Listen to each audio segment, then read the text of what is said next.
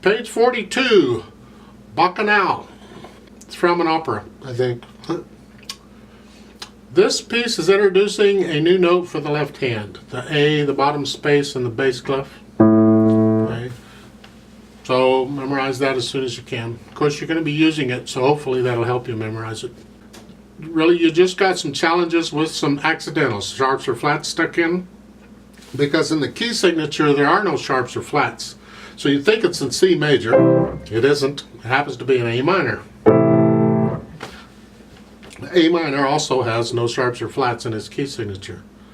So we have C sharps and B flats stuck in, and you'll see those all over the place. The counting could cause you a problem. You got a lot of eighth notes and quarter notes, but as long as you do the 1 and 2 and. See, it's in 2/4 times, so you only have to count to 2.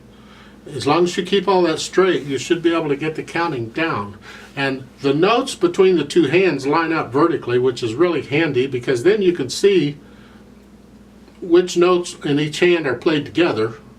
And so as long as you, like in the left hand at the very beginning, the left hand is 2 quarter notes, so if you go 1, 2, right? Well, the right hand has eighth notes, it's got to be in between those.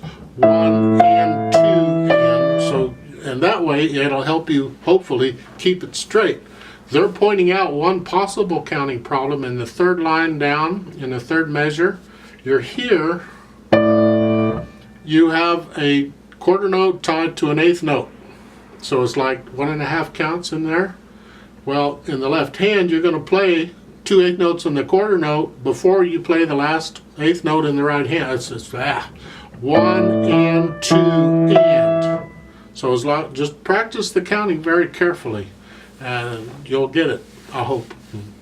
The one thing I would encourage you to do though is to try and get it yourself before listening to it.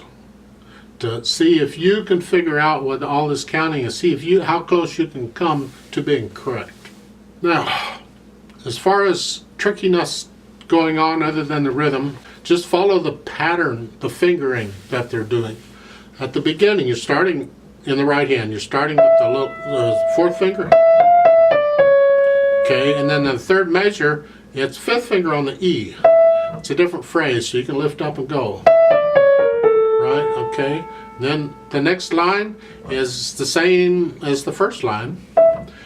Third line's a little different because you have the A and then you're crossing over to the G sharp.